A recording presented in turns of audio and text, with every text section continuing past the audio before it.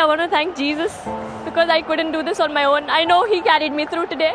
I want to thank my mom, my dad, my coach, and every single person who just believed in me throughout this time.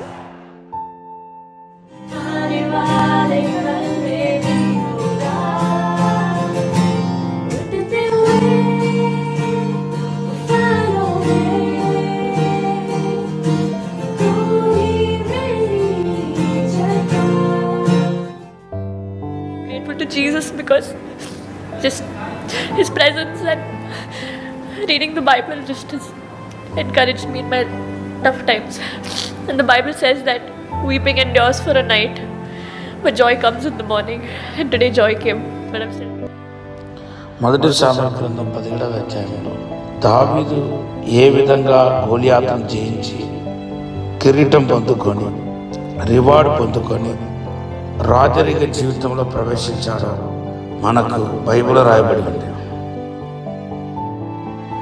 దావీదు గోలియాతును జయించటం అంత సులువుగా అనిపించలేదు. ఎందుకంటే అన్ని రకాల ఒత్తిడిని ఎదుర్కొన్నాడు. మొదటి సామెతల గ్రంథం 17:28లో తన సహోదరుల ద్వారా డిస్కరేజ్ చేయబడ్డాడు. మానసిక ఒత్తిడికి గురయ్యాడు. సౌలు కూడా ఎంత క్రించపరిచి మాట్లాడాలో, ఎంత హ్యూమిలియేట్ చేయాలో అంత హ్యూమిలియేట్ చేశాడు. మొదటి సామెతల గ్రంథం 17వ అధ్యాయం 33లోను తర్వాత 39లోను చూస్తున్నాం. దావీదును ఆ కిరీటం పొందకుండా ఉండటానికి దారి మరణించడం కూడా చూస్తున్నాం. కానీ దాంతోపాటు శత్రువుల యొక్క గోలియాతు దావీదును దూషణ మాటలతో దూషించాడు, శపించాడని బైబిల్లో రాయబడి ఉంది. మొదటి సామెతల గ్రంథం 17వ అధ్యాయం 42-43లో రాయబడి ఉంది.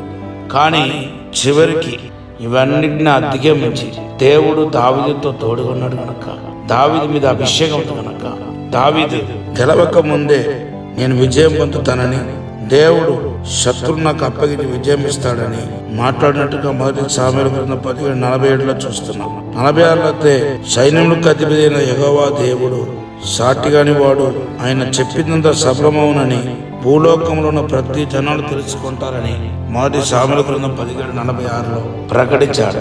ఆయన ప్రకటించినట్టే దేవుడు గోలియాతును శత్రువును తన చేతికి అప్పగించి జయం పొంది రాజరిక జీవితంలో ప్రవేశించాడు.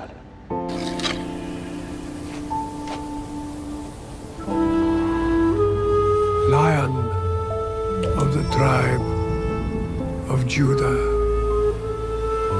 your heart seeks after God.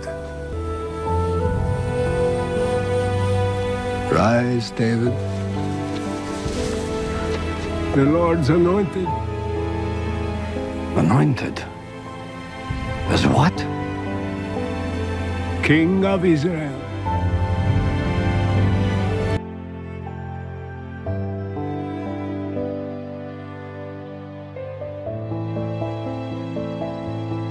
David, దేవుడు నిన్ను ఎంపిక చేశాడు. నువ్వే మా రాజువి. ఇప్పుడు ఈ దావీదు నేను ఎవరుగా చూస్తున్నానంటే, దేవుని బిడ్డగా సాక్ష్యం పొందిన జనిమాను చూస్తున్నాను. దావీదులాగానే తన విజయం పొందడానికి ముందు దేవుని నామం పేరిట తునీకరించబడటం, తిరస్కరించబడటం, ఆమెను మెంబర్షిప్ నుండి, ఆ క్రికెట్ యొక్క మెంబర్షిప్ నుండి తీసివేయటం, వెలివేయటం అనేది జరిగింది. దేవుని మీద నమ్మకం ఉంచిన జమీమా దావీదు ఎదుర్కొన్నట్టుగా తన సహోదరుల ద్వారా అనగా తన చుట్టూ ఉన్న వాళ్ళు సౌలు అనగా అధికారి ద్వారా, అలాగే గోలియాతు అనగా సాతాను డిఫామ్ చేయటానికి, డీగ్రేడ్ చేయటానికి వాడు చేసిన పండగలు ఏది జమీమాను ఏమి చేయలేదు. లాస్ట్ మూమెంట్లో ఆమెకి ఛాన్స్ దొరికింది. దావీదు లాగానే తన కూడా నాకు విజయం దేవుని నుండి వస్తుందని చెప్పింది. దావీదు చెప్పినట్టుగానే యుద్ధ నాదు కాదు, యుద్ధ యెహోవా వచ్చింది. And the wild beasts of the earth, that all the earth may know there is a God in Israel. Then all this assembly shall know that the Lord does not save with sword and spear, for the battle is the Lord's, and He will deliver you into our hands. But towards the end, I was just quoting one scripture from the Bible because I had lost energy. I was very tired. I was drained. But one scripture that says, just stand still and God will fight for you. And that's what I did. I just stood there and He fought for me. అంతేకాదు దావీదు లాగానే విజయం పొందడానికి ముందే విశ్వాసముతో నేను విజయం పొందబోతున్నాను, వరల్డ్ కప్ను సాధించి నేను ఖచ్చితంగా దేవుని మహిమపరుస్తానని ముందుగానే చెప్పి, Because I have come to this church, I know my faith has gone up. And I'm declaring it today that I'm going to come back with good news, Pastor, that India won the World Cup. తన విశ్వాసాన్ని నిలబెట్టుకొని దేవుని కార్యాన్ని కళ్ళతో తన చూడటం కాకుండా ప్రపంచానికి చూపించండి. అన్నిటికీ పైగా దావీదులాగా అభిషేకించబడింది.